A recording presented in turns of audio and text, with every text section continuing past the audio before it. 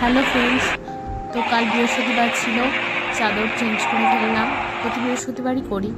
তারপর ঘরে ও অফিস বেরিয়ে যাওয়ার পরে আমার ছোটোখাটো অনেক কাজ থাকে, তো ঘরের প্রত্যেকটা আসবাবপত্র একটুখানি ক্লিন করে নিলাম।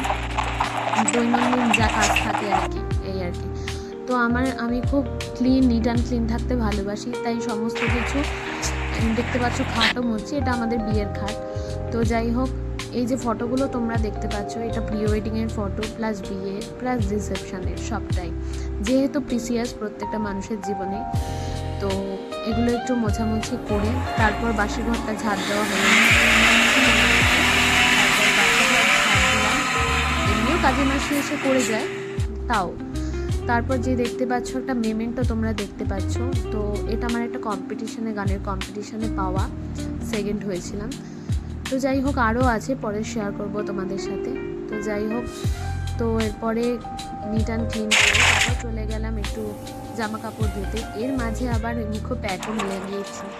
তো যাই হোক, তারপর জামা কাপড়গুলো মেলে তারপর আর কোনো কাজ নেই, তারপর স্নান টান সেরে রইল হচ্ছে বৃহস্পতিবারের পুজোর দিকে যাচ্ছি আর কি।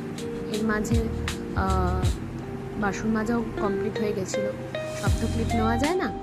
যাই হোক, স্নান সারার পরে এবার চলে গেল ঠাকুর ঘরে গিয়ে বৃহস্পতিবারের পুজো মানে অনেকটা বেলা হয়ে যায়। যাই হোক, দেখো পুজো গোল গোল জোগাড় জানতি করতে করতে তো একটু বেলা হয়ে যায়। যাই হোক, যতটুকু পারলাম ততটুকু তোমাদের সাথে শেয়ার করলাম। এটা আমাদের গুরুদেব, শ্রীগুরু, আর গোপালও আছে। তো যাই হোক, দেখো আমি আর ছোটোবেলা থেকে পুজো করতে খুব ভালোবাসি। এটা আমার ঠাম্মার কাছ থেকে পাওয়া আর কি, ঠাম্মার কাছ থেকেই শেখা। তো যাই হোক, পুজো সেরে দেখো মা লক্ষ্মীর পায়ে ফুল অর্পণ করলাম। যাই হোক, তো এই করতে করতে তারপর লক্ষ্মীর ঘট প্রতিস্থাপন করলাম। চন্দন বেটে প্রত্যেকটা দেবদেবীতে ছবিতে পড়ানো,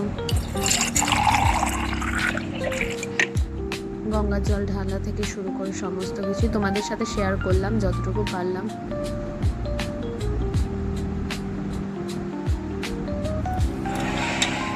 এবার লক্ষ্মীর ঘরটা স্থাপন করব।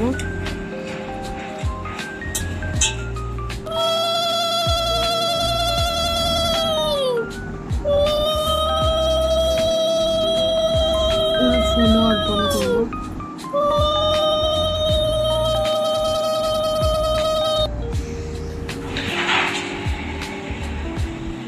এটা আমাদের আর কি পাথরের মূর্তি। আর এইভাবে আমি আরতিগুলো সারি।